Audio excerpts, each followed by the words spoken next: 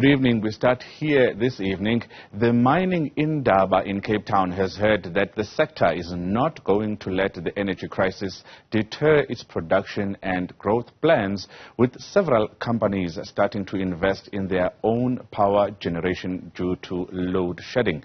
Our business reporter Ntokozo Khumalo filed this report.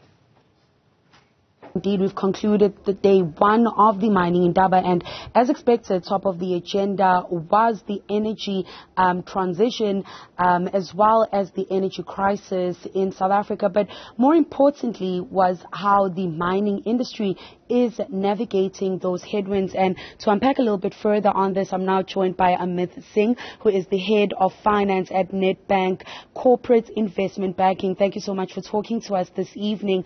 Now, obviously, we've been engaging with the mining industry. Can you talk us through of what is the mining industry saying when it comes to how they are approaching the energy crisis?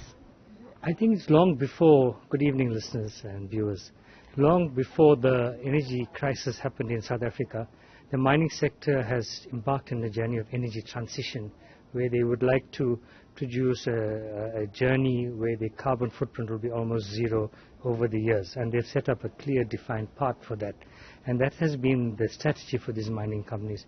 Now with the energy crisis, particularly in South Africa, these plans are being fast-tracked, where mining companies want to buy power so that they can supplement their own operations and minimize the strain on the national grid. With this power, mining companies are definitely going into the renewable energy sources, be it either wind or PV sources, and some even have storages such as battery.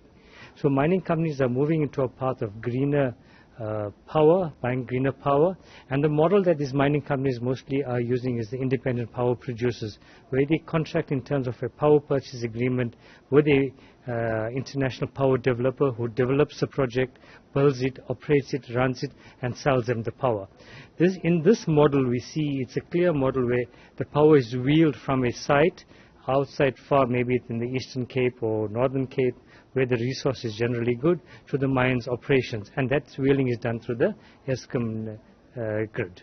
So that's the model mining companies are doing. In the last year or two, we've seen significant activity from the mining companies, where they have gone out to tenders for huge power projects, and there's lots of activity. As a bank, we are seeing significant activity.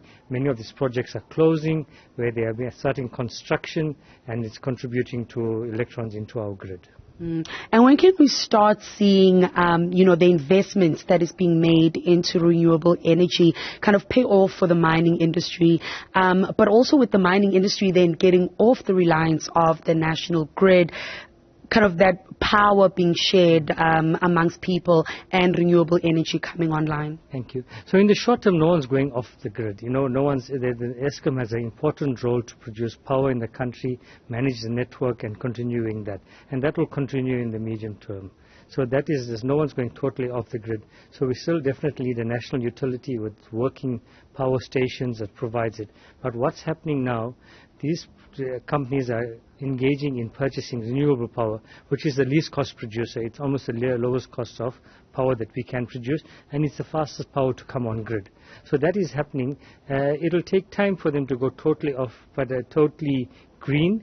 Some of them have 10-year plans, some of them 20-year commitments, but there's definitely commitment for them to go carbon neutral over the long term. And part of that carbon neutrality is the energy they procure, so it's green. Secondly is, for example, the commitments on the mobile fleet, the yellow machines. How will that? We've seen some hydrogen projects taking off, green ammonia. All these other things will supplement it. But in the short term, the biggest thing now is for them to procure more power through renewables, as it's the cleanest power, least cost producer, and it's the quickest to be commissioned, built, and operated.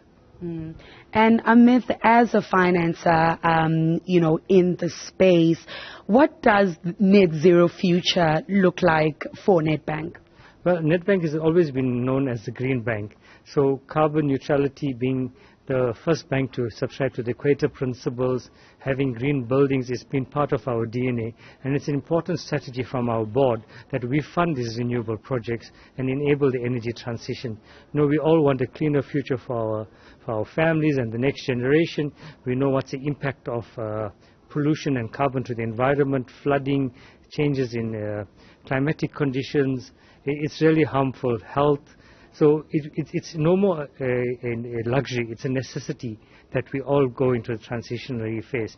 It's going to take time, it'll take a lot of money, but as a bank we've committed to fund these green projects, and we've deployed a lot of capital in the past in the government programs, and now we'll continue doing the same for the corporate and industrial projects where these companies such as mines buy from independent power producers. Thank you, Amit, so much for talking to us this evening. Of course, that was Amit Singh, who is the head of energy finance at Nedbank Corporate Investment Banking, just taking us through, what was discussed in these sessions earlier on around mining industry, or the mining industry taking charge of, finding those alternative energy solutions. And I think the conclusion for today is that it will take time. The just energy transition will not happen overnight, but it will take time for the industry to get there. For Newzroom Afrika, Channel 405, I'm Ntokozo Khumalo in Cape Town.